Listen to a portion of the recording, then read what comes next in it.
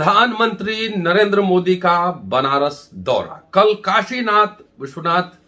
काशी विश्वनाथ मंदिर के जीर्णोद्धार का उद्घाटन करने गए थे, सभा को संबोधित कर रहे थे।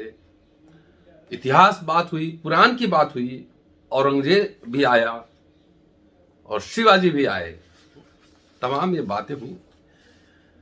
जो कर्मचारी थे, कामगार बंधु थे, मंदिर में काम करने वाले, उनके साथ फोटो भी खिंचवाई गई, फूल भी बरसाए गए, खाना भी खाया गया। साथ साथ दिलीप मंडल ने एक टिप्पणी की है कि प्रधानमंत्री जी का थाली उल्टा क्यों रखा हुआ है। साथ साथ यदि आपको याद हो तो लोकसभा चुनाव से पहले प्रधानमंत्री ने जो सफाई कर्मचारी थे उनके पांव भी धोए थे। दोस्तों, रतनलाल बोल रहा हूं, काम की बात में आप सबका स्वागत है और पेश है अम्बेडकरनामा। आज मैं फर्जी जाति प्रमाण पत्र बनाने के 6 नुस्खे क्या क्या अपनाए जाते हैं यह बताने वाला हूं, इसलिए ध्यान से पूरा वीडियो को सुनिएगा। रही बात अब फूल बरसाने की और फोटो खिंचवाने की, खाना खाने की, पांव धोने की, सब काम कीजिए राष्ट्र हित में, राष्ट्र की सेवा में। बच्चों के लिए कॉलेज यूनिवर्सिटी नहीं मांगना है, स्कूल नहीं मांगना है, पर परमानेंट नौकरी नहीं मांगना है, सरकारी नौकरी नहीं चाहिए। 10,000 12,000 रुपए पर काम कीजिए, लेकिन फोटो खिंचाना अच्छा लगता है, साथ में खाना सिंबोलिज्म है, प्रतीक है।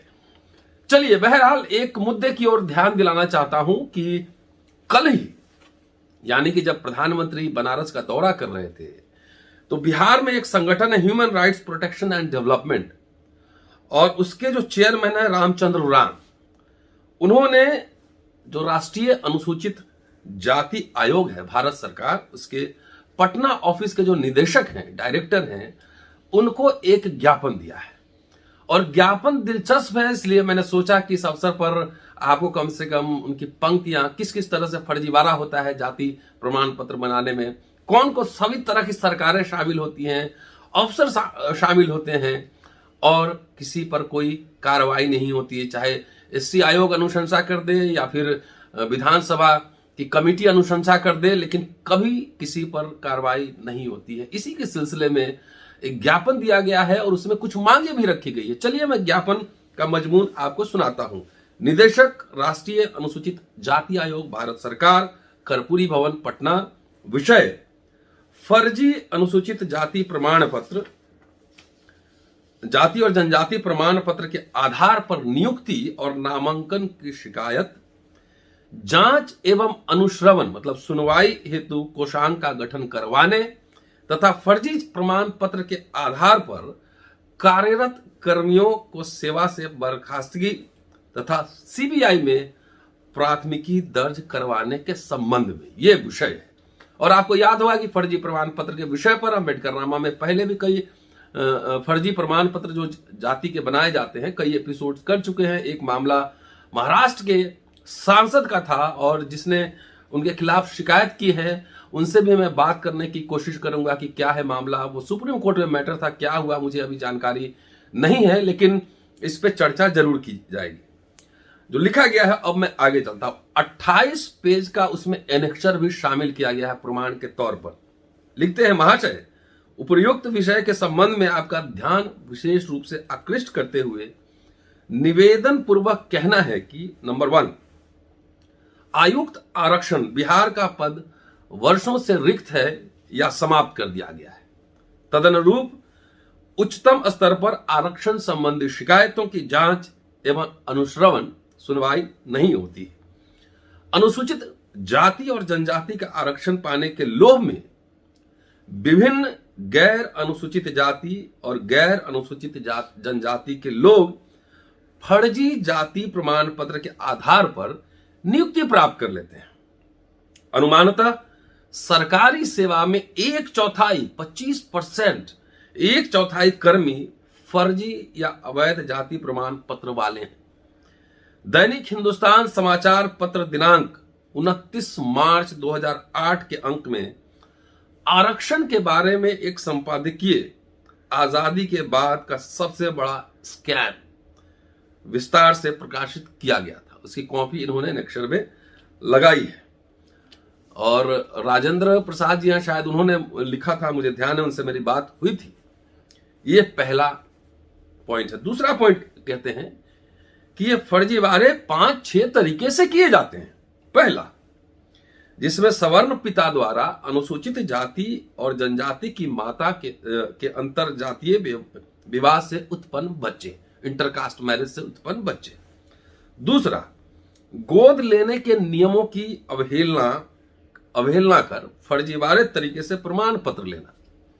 तीसरा, अपनी जाति छुपाकर अनुसूचित जाति जनजाति वाली जाति का दावा कर प्रमाण पत्र लेना।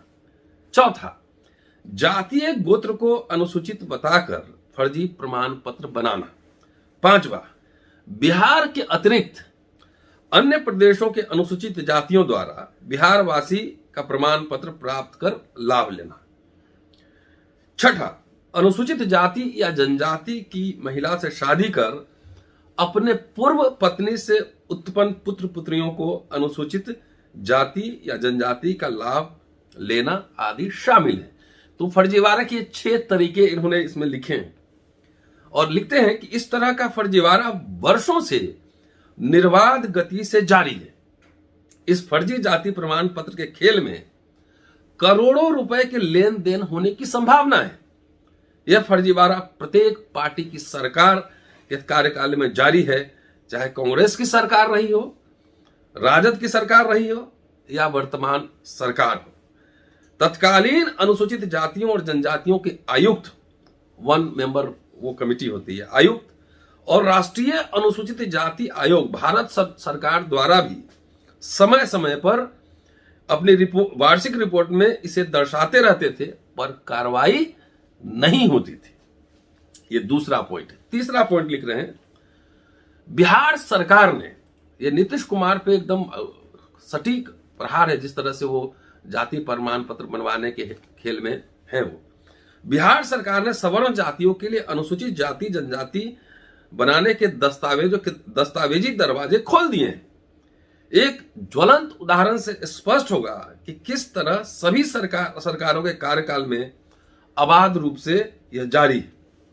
एक ज्वलंत उदाहरण बिहार विधान सभा की अनुसूचित जाति एवं जनजाति कल्याण समिति ने अपने वार्षिक रिपोर्ट 1987-88 के प्रतिवेदन में, जो कि 30 मार्च 1989 को सदन में पेश किया गया था, इसमें कहा गया था कि पत्र निर्गत करने वाले कार्मिक एवं प्रशासनिक सुधार विभाग के विशेष सचिव के विरुद्ध कड़ी कार्रवाई करने और उनके द्वारा निर्गत पत्रों को वापस लेने की अनुशंसा की गई थी।